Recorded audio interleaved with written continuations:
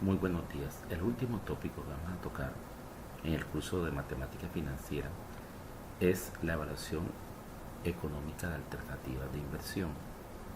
Esta, este tópico o esta temática tiene como fundamento principal es determinar qué tan factible desde el punto de vista financiero es una idea de negocios.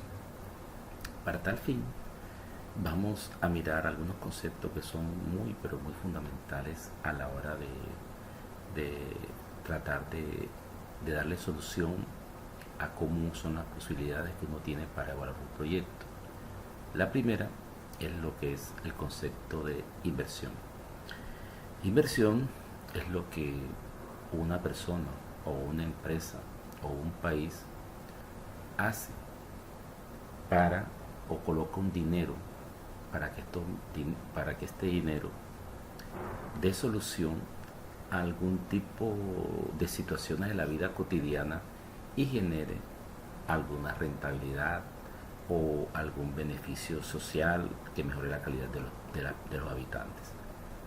Proyecto, el término proyecto lo podemos definir como es la concretización de una idea abstracta de un bien o un servicio. Por lo menos uno puede tener la idea de colocar una bomba de combustibles o una estación de servicios en un lugar determinado. Todo arranca con una idea, luego de esa idea uno la va colocando básicamente en, en una prefactibilidad, y esa prefactibilidad viene dada por un estudio de mercado, viendo la viabilidad comercial primero, a ver qué tan interesante desde el punto de vista comercial, quiénes son los clientes, quiénes son mis competidores, a qué precio puedo vender, cuánto voy a vender. Ahí arranca la prefactibilidad. Cuando ya tengamos un estudio de mercado determinado, se pasa a la parte, digamos, de colocar cuáles son, digamos, la mejor forma del diseño de una planta, el diseño de un negocio, la logística, la parte administrativa, la parte operativa, el organigrama con que van a estar las personas con que van a entrar en ese proyecto, los costos, los gastos, las inversiones, todo eso lo colocamos en la parte de prefactibilidad y terminamos el estudio de prefactibilidad del proyecto con el estudio financiero para determinar qué tan viable económicamente es un proyecto. Listo. El tercer concepto que necesitamos tener bien claro es la tasa mínima requerida de retorno, que aquí la vamos a colocar como tasa mínima requerida de retorno TMRR. En algunos textos le llaman tasa de interés de oportunidad. ¿Qué es eso? Cada uno de nosotros, vamos a suponer, cada uno de nosotros tiene su propia tasa mínima requerida de retorno. Por lo menos vamos a colocar los nombres de algunos inversionistas. Pueden ser ustedes, nombres: Luis, Juan, Ana, María, Marcos, Carla, Mónica, ¿cierto? Vamos a ver que tenemos estos inversionistas y cada uno tiene, vamos a llamarle una TMRR, que es la tasa mínima requerida de retorno. La tasa mínima requerida de retorno es lo mínimo que una persona o cada una de estas personas colocaría el dinero para crear una rentabilidad determinada. Por lo menos Luis es una persona ultra conservadora y él dice que él coloca su dinero en CDTs. Vamos a ver que él dice que su TMR es 5%. ¿Qué significa el 5% a Luis? Podemos mirar que si Luis tiene una tasa mínima requerida de retorno, su aspiración tasa mínima de retorno, ¿cómo sería el flujo? Vamos a suponer que yo aquí tenga, vamos a suponer que él invierte un año. Si invierte un año, él invierte hoy menos 100 pesos, puede ser, no es que invierta menos 100, sino colocamos menos 100 para recibir 105. Eso es la primera parte de Luis. Luis invierte hoy 100 para recuperar en un año 105. Recordemos que hallamos la rentabilidad, como lo hemos exposado en el curso, como utilidad entre inversión. En este caso, podría ser la utilidad, ¿cuánto es? 5 entre 100, que fue la inversión, ¿cierto? Nos da que la rentabilidad es 5%. Aquí, como hemos visto en el transcurso del curso, tenemos que tener claro que si la inflación es mayor del 5%, él incurriría en pérdida, ¿cierto? Si la inflación es el 4%, la rentabilidad real, o sea, la rentabilidad no es el 1%, porque el 5% es apenas el tema de la inflación, que lo que hace es que el dinero no pierda su poder de compra, ¿cierto? Vamos a suponer que Juan, su tasa mínima requerida de retorno es 7%. ¿Qué significa 7%? Que Juan básicamente le está esperando que, sea el negocio que sea, al invertir 100 pesos hoy, en el año siguiente le den básicamente es 7 pesos de utilidad, 7 contra 100 de inversión. Como lo hemos visto en el transcurso del curso, sería 7 de utilidad entre 100, sería 7%. Si la inflación hubiese en ese año fuere del 5%, él se ganará realmente, el crecimiento en riqueza es del 2%. Vamos a suponer que Ana, ella dice, yo coloco un dinero, pero mi dinero debe rentar 10%. ¿Qué significa eso? Que Ana va a coger 10% y mínimo le debe generar 110. 10 de utilidad y le devuelven sus 100 pesos, ¿cierto? Entonces sería 10 entre 100, ¿vale? 10%. Lo mismo hacemos para el caso de María. María es una persona un poquito más, ella cree que su dinero puede rendir más, y está acostumbrada a que den el 12%. O sea que ella para poder invertir en un dinero, en una inversión, ella mínimo debe recuperar 12%. Marcos, 16%. Ya sabemos qué significa. Carla, 25%. Y vamos a ver que Mónica pida el 35%. Ahí cada uno depende del riesgo que uno quiera, por lo menos. Luis es una persona que es un poquito, digamos, no es muy amigo del riesgo y colocará su inversión en un CDT, ¿cierto? Que es lo que produce esa rentabilidad.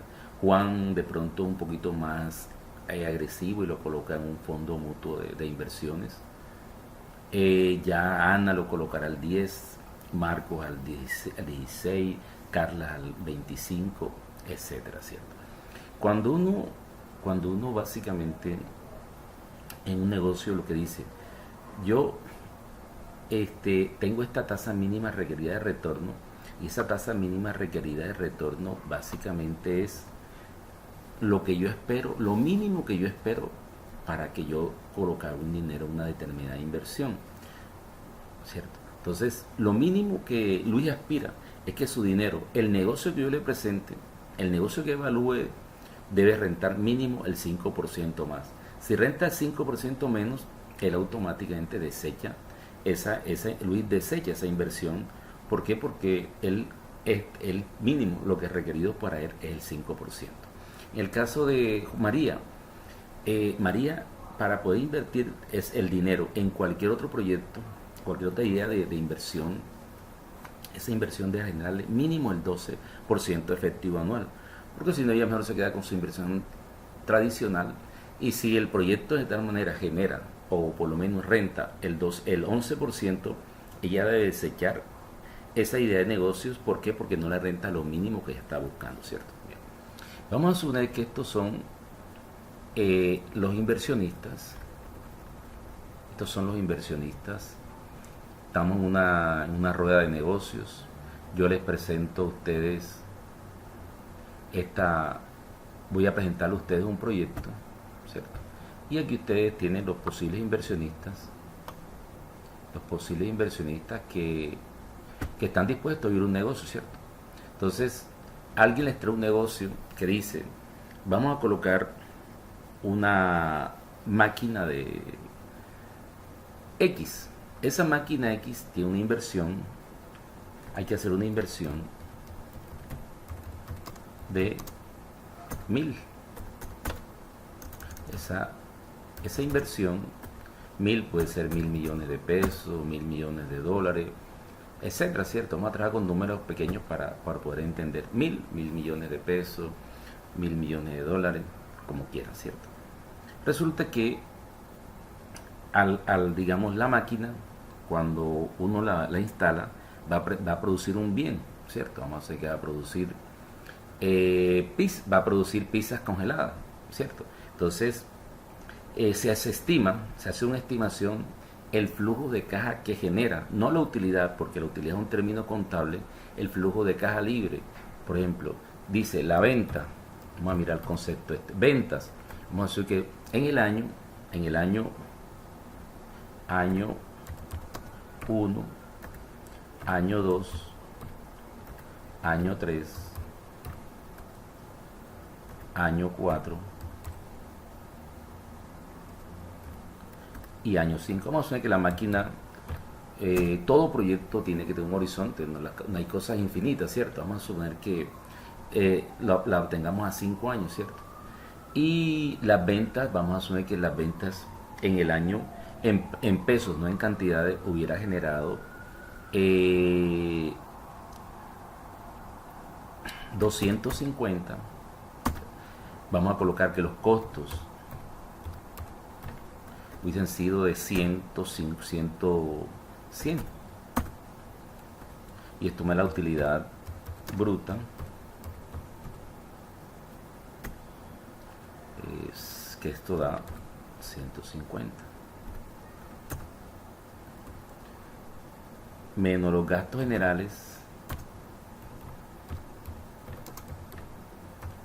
vamos a eso que sean de 20 pesos, de 20, da la utilidad operativa. De la operativa, vamos a asumir que gastos financieros no tenga.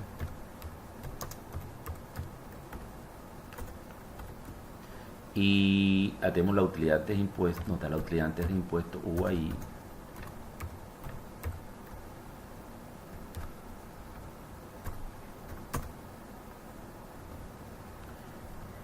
Y los impuestos, vamos a hacer que sea el 30% de esto.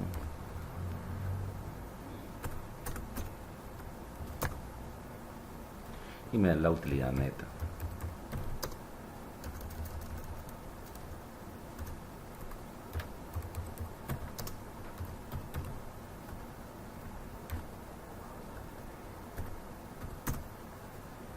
¿Cierto?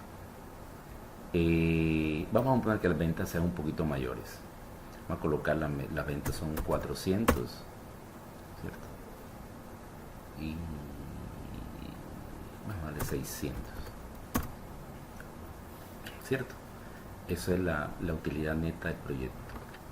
Y eso me genera, vamos a hacer que el siguiente año todos estos valores los voy a multiplicar por 10%, por hacer algo, un proyecto, una idea de negocio, por 1.1, que todo se incremente, ¿cierto?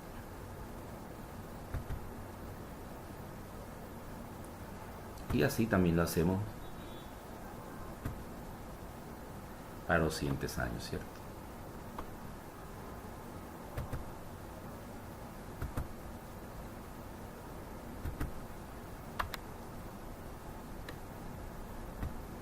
Vamos a ver que ahí tenemos las utilidades netas de los próximos que genera el proyecto.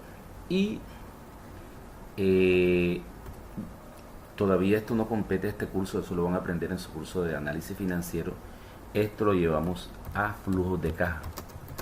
Flujos de caja.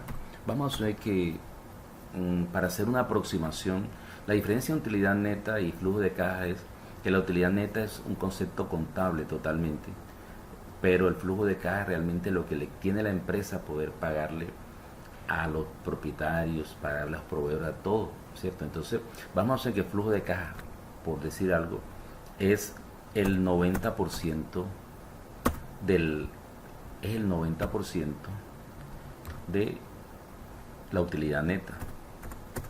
Es como les digo, una cifra que no es muy correcta decirlo, pero me sirve a mí como para indicar lo que quiero hacer, ¿cierto?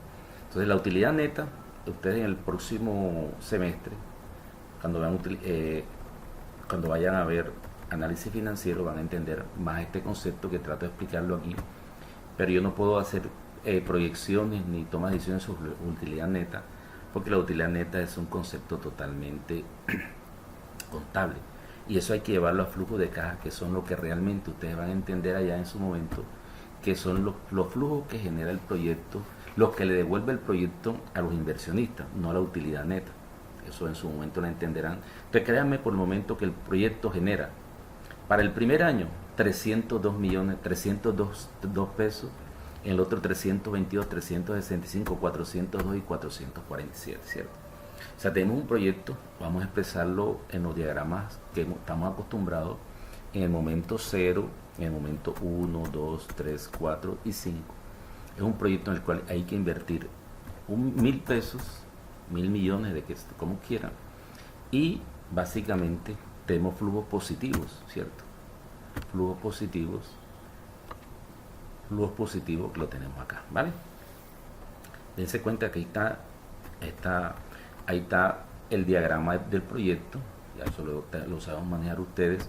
Un proyecto que indica que yo invierto 1.000 pesos y él me genera flujos de caja, o sea que yo puedo retirar, el proyecto ya me da a los inversionistas para repartir 302.4 en el segundo año, 332, 365, 402 y 442, ¿cierto? Entonces, yo les presento a estos inversionistas, los amigos que tenemos acá, a Luis, Juan, Ana, María, Marcos, Carlos, Mónica, estas cifras, ¿cierto? Les digo, aquí hay un proyecto de hacer pizza congelada y en 5 años la maquinaria, obviamente, porque siempre los proyectos hay que hacerlo con un horizonte, pues es posible que a los 5 años se compre una nueva máquina o se hace una reparación de la máquina, lo que queramos, ¿cierto? Pero lo importante es entender que el proyecto tiene que tener una vida para poseer un horizonte de planeación. Pueden ser 5, 10 años, 15, 20 años, 30 años, etcétera. Entonces, aquí tenemos este proyecto que le digo, usted invierte 1.000 pesos hoy en una maquinaria y le genera flujos de caja, no hablamos de utilidad neta, positivos de 302, 332, etcétera, ¿cierto? Entonces, ¿cuál es el tema que nos aborda en este momento? Tratar de determinar cuáles proyectos, o si ese proyecto, si yo se los presento a estos inversionistas que tengo acá, cada uno tiene su tasa mínima requerida de retorno, determinar quiénes son las personas que deciden si se deben o no involucrar en el proyecto. Entonces, miremos, para Luis, la única manera de determinar que Luis se mete en ese proyecto es que ese proyecto que tengo acá, ¿cierto? Acá en este flujo de caja, vamos a pintarlo acá también en un color diferente para que quede mayor claridad. Este proyecto, ¿cierto? Él invierte esto y le genera esto. Entonces queremos determinar cuál es la tasa, si ese proyecto es viable para Luis, para Juan, para Ana, para María, para Marcos, para Carla y para Mónica, ¿cierto? Entonces, existen algunos métodos que vamos a mirar acá, que son, el primero que vamos a mirar en esta clase es el valor presente neto. Entonces, el primer método es valor presente neto. Entonces, el valor presente neto, ¿en qué consiste? El valor presente neto consiste en que traigamos a la tasa de descuento del inversionista, en este caso a Luis, vamos a hacerlo uno por uno, te vamos a colocar aquí. A Luis, su tasa requerida de retorno es 5%, ¿cierto? Aquí tenemos tasa mínima requerida de retorno. Vamos a hallarle el valor presente neto a Luis. Entonces, ¿cómo se hace? ¿Qué es el valor presente? Es traer todos estos flujos que tenemos acá, traerlos a valor presente. ¿Con qué tasa de descuento? al 5% que estamos haciendo, Luis. Traemos este flujo que está acá, este flujo que está acá y este flujo que está acá. O sea, todos estos valores futuros los traemos a valor presente. Y luego, o sea, los colocamos en la misma fecha focal 0 y ahí sumamos ingresos menos egresos y me debe dar un número, ¿cierto? Entonces hagamos para Luis el primero. Entonces la primera parte sería igual, vamos a colocar acá para que hacemos igual, valor función presente, hacemos función valor actual, aceptamos, tasa 5%, número de periodos, ¿cuántos periodos hay? 1, ¿cierto? Valor futuro, vamos a colocar el negativo para que me dé positivo, menos 302. Ya hicimos el primero. O sea que es equivalente tener en este mismo instante a una tasa de descuento del 5%, 302 pesos es igual a 288 en este momento, ¿cierto? Lo mismo hacemos con el siguiente periodo, en el momento 2, entonces función financiera, valor actual, tasa 5%, número de periodos 2, valor futuro. ¿Cuál es el valor futuro que estamos ahora vamos a buscar? Es este, ¿cierto? Este que está acá y le hacemos aceptar. Listo. Nos dice que el valor 332 pesos llevado a valor presente en 2 años con una tasa del 5% me da 301,71. El tercer momento hacemos función BA, tasa 5%, número de periodos 3, valor futuro menos 365 y me da 316. La siguiente, BA,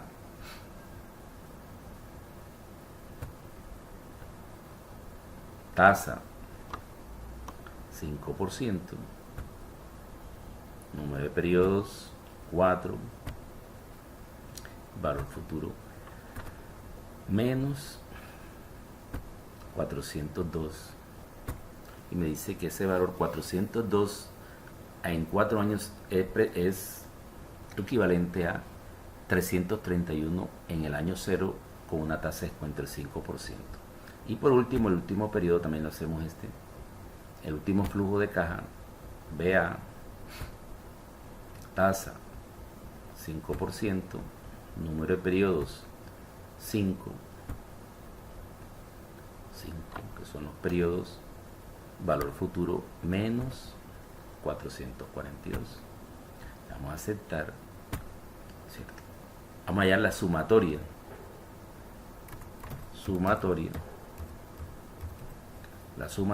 entonces así hacemos igual esta más esta. Bueno, que hay muchas maneras de sumar, estoy haciendo la más básica, ¿sí?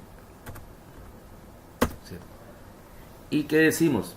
Ahora tenemos que quitarle la inversión inicial. Entonces, el valor presente neto acá va a ser igual a la sumatoria de todos los valores presentes menos la inversión inicial. Le ponemos más, como está negativo acá, aprovechando esto, y me da 583,83. Entonces ya evaluamos para Luis a la tasa al 5%, evaluamos que el BPN es la sumatoria de todos los valores presentes de los flujos de caja de lo sumamos aquí, ¿cierto? Me da 1583 y simplemente le quitamos la inversión inicial. Aquí tenemos la fórmula, de ese cuenta es la sumatoria de todos los valores presentes más el menos 1000 y me da el valor presente neto. Entonces aquí viene la importancia del concepto, por favor. Aquí es donde viene lo interesante de todo este tema, porque es el concepto que nos permite a nosotros determinar. Entonces miren acá, ¿qué significa un BPN de 583,83? Ojo que viene la interpretación, porque hacerlo, y ahorita vamos a mirar que hay una función que hace eso más rápido, pero lo importante es el concepto. para tener claridad para tomar decisiones. ¿Qué dice un BPN de 583,83? Nos dice, ojo, que para la inversión, los flujos de caja que genera el proyecto, se cuenta que el flujo de caja es independiente ahora mismo es independiente de la tasa, él generó su flujo de caja. Pero ¿qué dice? Que cuando evaluamos este flujo de caja que tenemos aquí, 302, 322, 365, 402, 442, lo llevamos a valor presente con esta tasa de descuento y le quitamos la inversión inicial y me da un número que matemáticamente da 583,83. ¿Qué significa? Que el proyecto a Luis le garantiza que el proyecto le va a dar una tasa de interés renta, una tasa de interés mínimo del 5%. Pero además de rentarle una tasa de interés mensual del 5%, le genera un valor agregado, un valor añadido, una riqueza adicional de 583,83 pesos. Por lo tanto, como él ya recibe, le dice el valor presente neto, le dice que su plata le va a rendir al 5% para recibir un valor adicional, debe aceptar el proyecto. Entonces la decisión, vamos a tomar decisión por BPN, es valor presente neto mayor que 0, se debe aceptar el proyecto. Si el BPN es igual a 0, posible que sea el BPN igual a 0, es indiferente, pues da lo mismo, porque si le inviertes dinero, si Luis invierte el dinero, le va a generar una rentabilidad del 5% de la que él espera.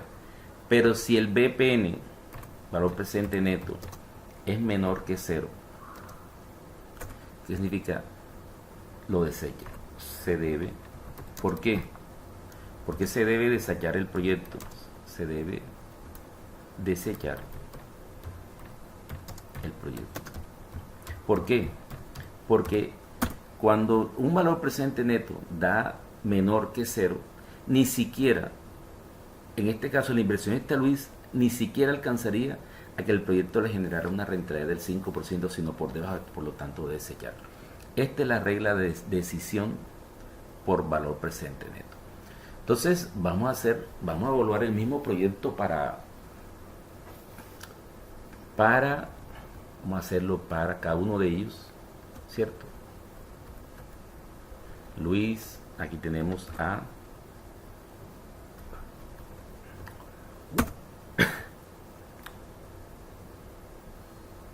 Juan.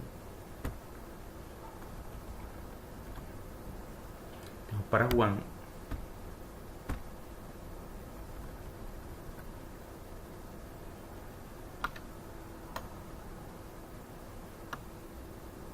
vamos a evaluarlo para cada uno de estas personas, ¿cierto?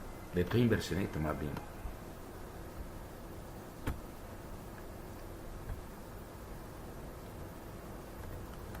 Entonces hacemos la misma metodología. Ahorita vamos a encontrar una metodología más fácil, más rápida. Entonces tenemos lo siguiente. Para Juan, tenemos valor actual, BA. Entonces incluso podemos hacer lo siguiente. Aquí tenemos, ¿qué debe quedar fijo? Debe quedar fijo.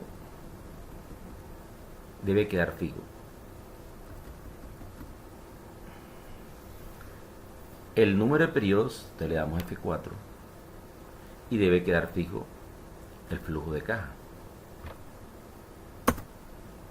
Y aquí también hacemos lo mismo. Debe quedar fijo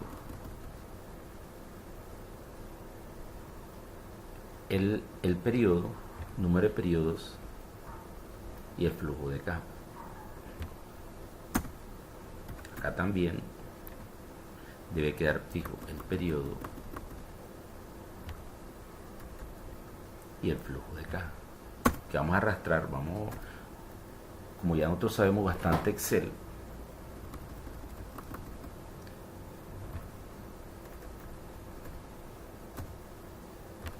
dejamos fijo. Y acá también, ¿cierto? Dejamos fijo.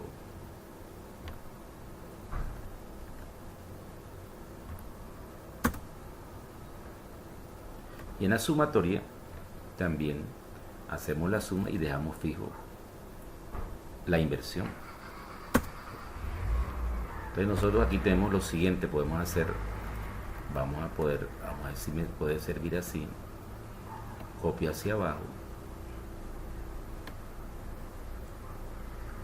Vamos a ver.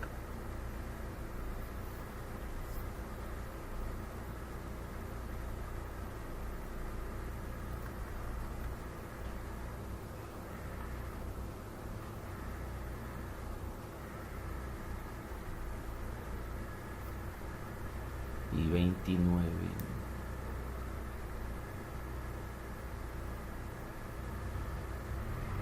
Aquí miremos, ¿cierto? Perdón.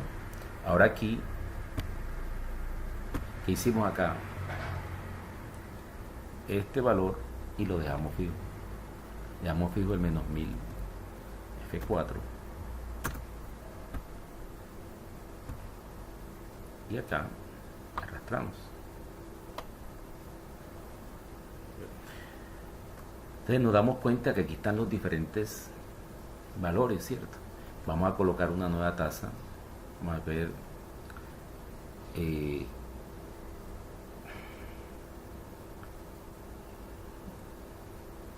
Marta. Vamos a colocarla aquí, que ya necesita el 45%. ¿Vale? Y también hacemos la misma historia.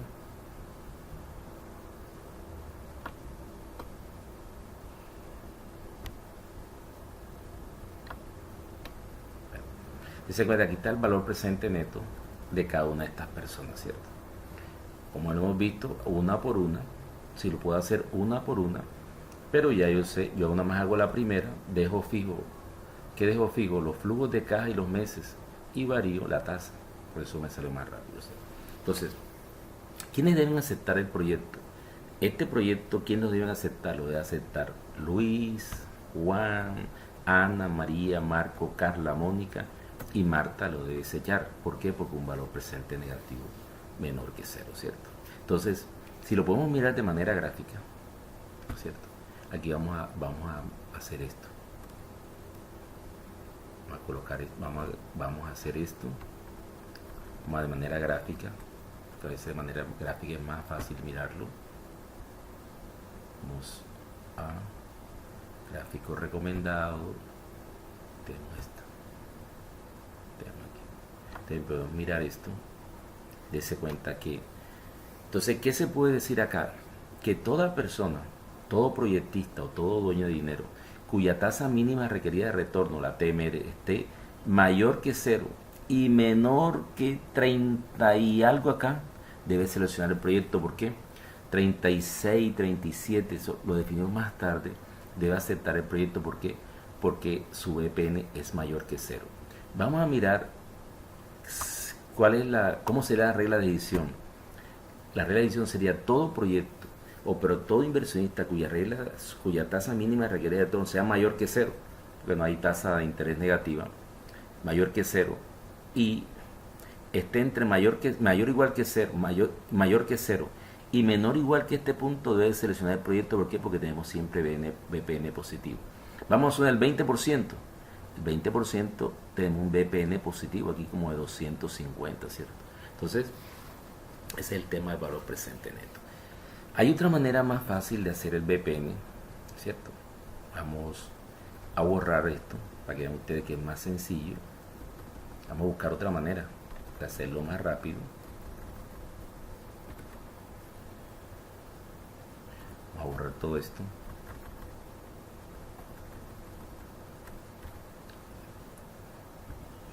Entonces, ¿cómo es hay una función, usando la función BNA, usando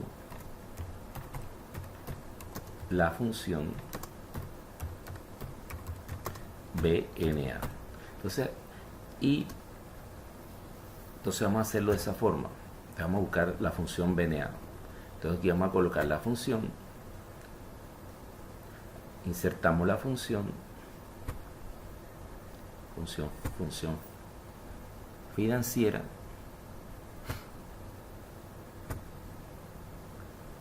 BNA, al final, BNA, aceptamos, tasa 5%, ¿cierto? Y los valores, los flujos de caja, sin incluir la inversión inicial. Los flujos de caja, cuando se cuenta en el momento 1, no colocamos en el momento 0, eso es la inversión, no, los flujos de caja que están de acá hasta acá, ¿cierto? Nos da enseguida 12, perdón, creo que me equivoqué. No es la columna 24, sino, me equivoqué acá, son los flujos de caja, no los años. Son los flujos de caja. Acá están, ¿cierto? Me da 1583. A esta suma que hacemos igual a esta suma que está acá, más la inversión inicial, que es negativa, más menos, y me da 583, que es lo que nos dio anteriormente. Hacemos la evaluación, hacemos lo mismo. ¿Qué dejamos fijo acá? Dejamos fijo todo el flujo de caja, o sea, F4 aquí, ¿cierto? Todo el flujo de caja, F4. Y copiamos hacia abajo. Y acá simplemente le decimos suma este y dejamos fijo el de 25, que es la inversión inicial, F4. Y aquí descarga, copiamos hacia abajo y nos está dando el valor presente neto.